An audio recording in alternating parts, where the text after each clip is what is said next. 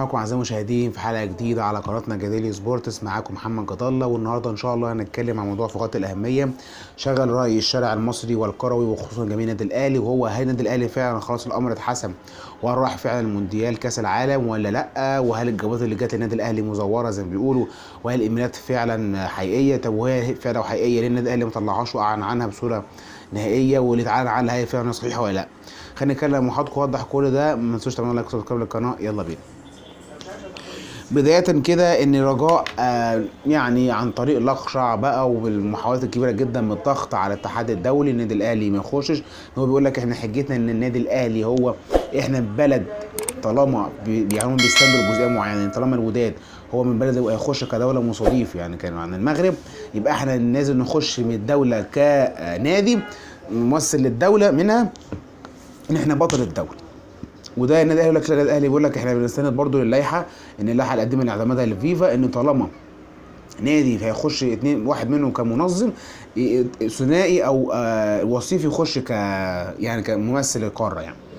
فجزئيه غريبه جدا ان احنا حسب معلوماتنا واللي جات لنا ان النادي الاهلي اكد ان جات له رسائل بشكل كبير جدا، ايميلات من الفيفا، واكد ان جات له حاجات بخصوص الحجز وخصوص تفاصيل البطوله والاجزاء الفنيه بيها، واكد برضو النادي الاهلي ان في خلاص النادي الاهلي بشكل كبير خلاص رايح المونديال.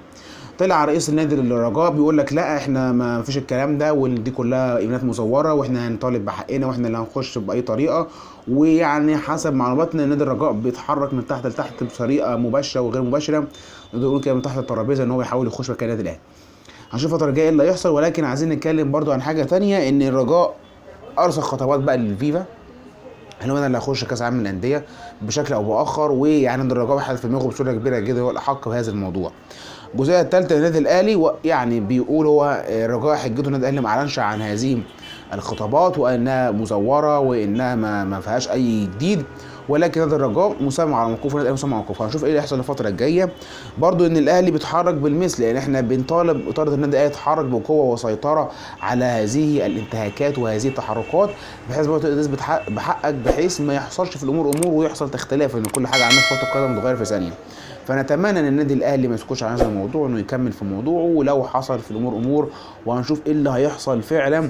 هل فعلا الاهلي هيخش كوصيف ولا رجاء يخش كممثل للدوله وما لوش علاقه بجزئيه الممثل للدوله كممثل شرفي؟ كل حاجه هتبان الفتره الجايه. فاحنا ان شاء الله نامل باذن الله ان الامور ترجع لموضوعها، والنادي الاهلي احنا يعني محالين مصريين، اي نعم طبعا مع احترامنا اشقاء المغاربه واعلى هنا من فوق، ولكن احنا بنتكلم بمنطق والعقل. انت هتتكلم هي جت النادي الاهلي سبحان الله عند ربنا، انا دوله عربيه هتتنظم فالوصيف هيخش مكانها ك يعني مصر عن القاره. ممكن نكون نتكلم مع حضراتكم بشكل سريع جدا جدا عن التفاصيل، هل فعلا الاهلي هيخش في البطوله هيكمل ولا الرجاء يخش؟ وكده هيتضح معاكم الفتره الجايه وهنكون معاكم اول باول. كان معاكم محمد جد الله، السلام عليكم ورحمه الله وبركاته. السلام.